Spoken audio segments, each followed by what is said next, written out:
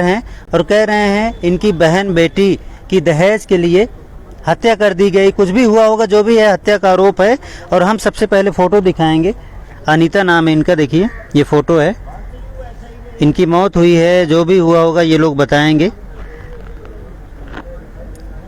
मिंडकोला में मायका है, आहरवा गांव में इनकी शादी हुई थी पलवल में।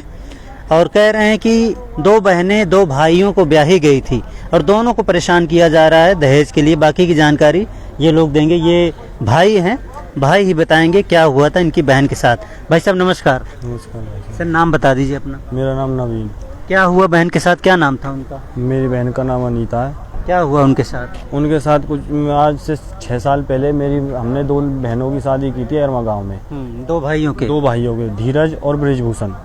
और उन्होंने जैसे ही हम दूसरी बार लेने के लिए गए थे तो जो हमारे मौसा जी, उनके जो पिताजी हैं लड़के के, तो वो बोलते हैं बोले क्या दिया तूने, तो तुमने तो हम लौटा दिए ये और वो। दहेज के लिए हमें दूसरी बार से ही बोलने लगे थे, लड़कियों को भी। फिर हमने की चल कोई नहीं, देख लेंगे आगे। उसके बाद 3 बार हमारी पंचायत में हो चुकी है। पंचायत में हाथ विनती जोड़ के ले जाते थे, कोई बात नहीं। उसके बाद कई बार कम से कम भी 100 बार, 6 साल में कम से कम 100 बार दोनों लड़कियों को मारा पीटा जाता है, गला घोटा जाता है। और जो मेरी छोटी बहन है जो आज हमारे बीच नहीं रही, उसको बुढ़िया और बुढ़ा और वो धनी उसका गला दबा के उसके गांठ बना दी गले में। उस गांठ से उसका ऑपरेशन किया, उसका बना दिया, कैंसर वगैरह हो गया था। उसी के कारण उसका इलाज करवा दिया था।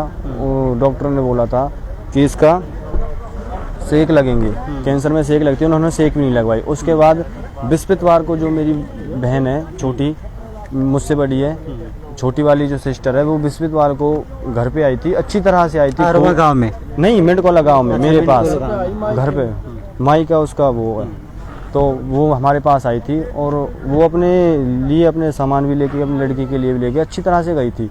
उसने बोला था कि उसके गुर्दे में पथरी वगैरह बताई थी, तो बोले मैं पथरी का इलाज कराने के लिए जाऊंगी। मम्मी से मुझसे भी बोला था।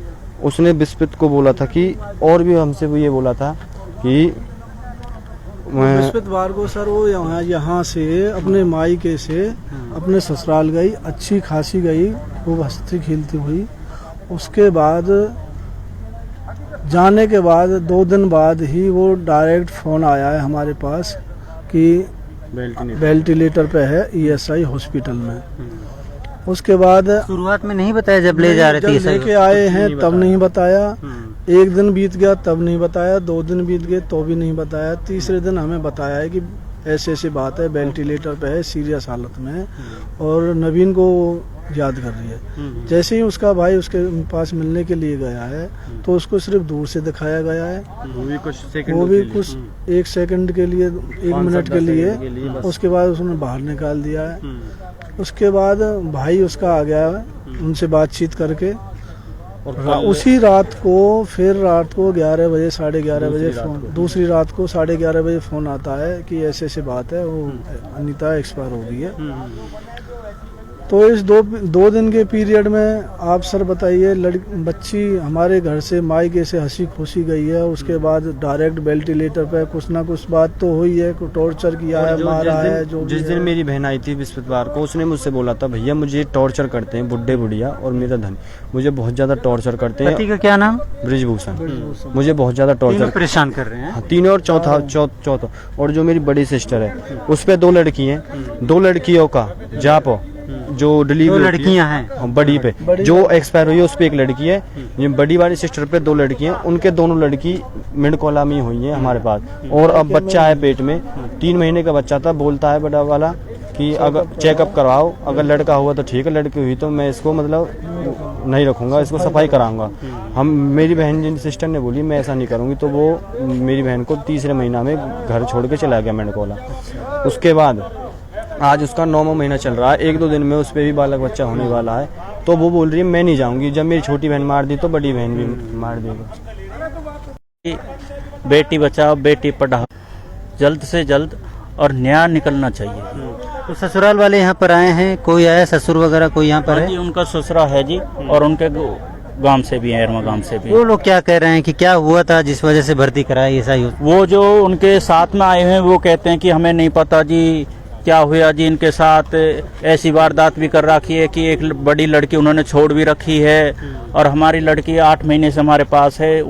अब ये बताओ जी, जब यही पंच 3 बार पंचायत में हमारे पास आए और उन्होंने हाथ जोड़ जोड़ के हमारे लालियों को ले गए और आज फिर कह रहे कि हमें नहीं पता। इनको सारी पता है, ये नहीं चाहते कि इसमें न्याय मिले और ये यहीं के इस केस को दबाना चाहते हैं। अच्छा, जो अनीता जी हैं इनके पिताजी क्या नाम है? महावीर है जी उनका। महावीर सिंह की बेटी अनीता की दुखद मौत हुई है।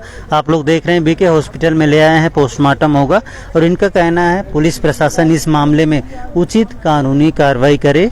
अगर दहेज की वजह से उसको मारा गया, पीटा गया, परेशान किया गया, टॉर्चर किया गया, जो भी उसके साथ हुआ हो, अगर दहेज की वजह से ऐसा किया गया है तो जो भी लोग हैं, आरोपी हैं, दोषी हैं, उनके खिलाफ कड़ी कानूनी कार्रवाई की जाए। इन भाइयों की यही मांग है। बाकी इनके ससुराल की तरफ से अगर कोई मिलेगा यहाँ पर, उससे भी बातचीत करेंगे, पूछेंगे अनीता को हुआ क्या था जिस वजह से ईएसआई हॉस्पिटल में भर्ती कराना पड़ा और उसे वेंटिलेटर पर रखना पड़ा। ऐसी क्या दिक्कत आ गई कि बिना इनको बताए वेंटिलेटर पर रखवा दिया गया। जो भी अपडेट होगी आपको बताएंगे। फरीदाबाद न्यूज से धर्मेंद्र प्रताप सिंह, नमस्कार।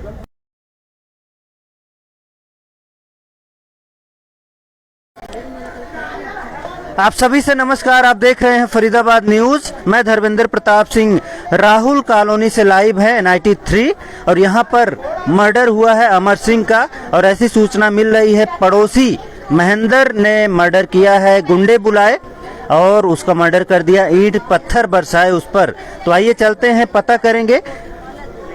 अमर सिंह के परिजनों का रो रो कर ये लोग बताएंगे।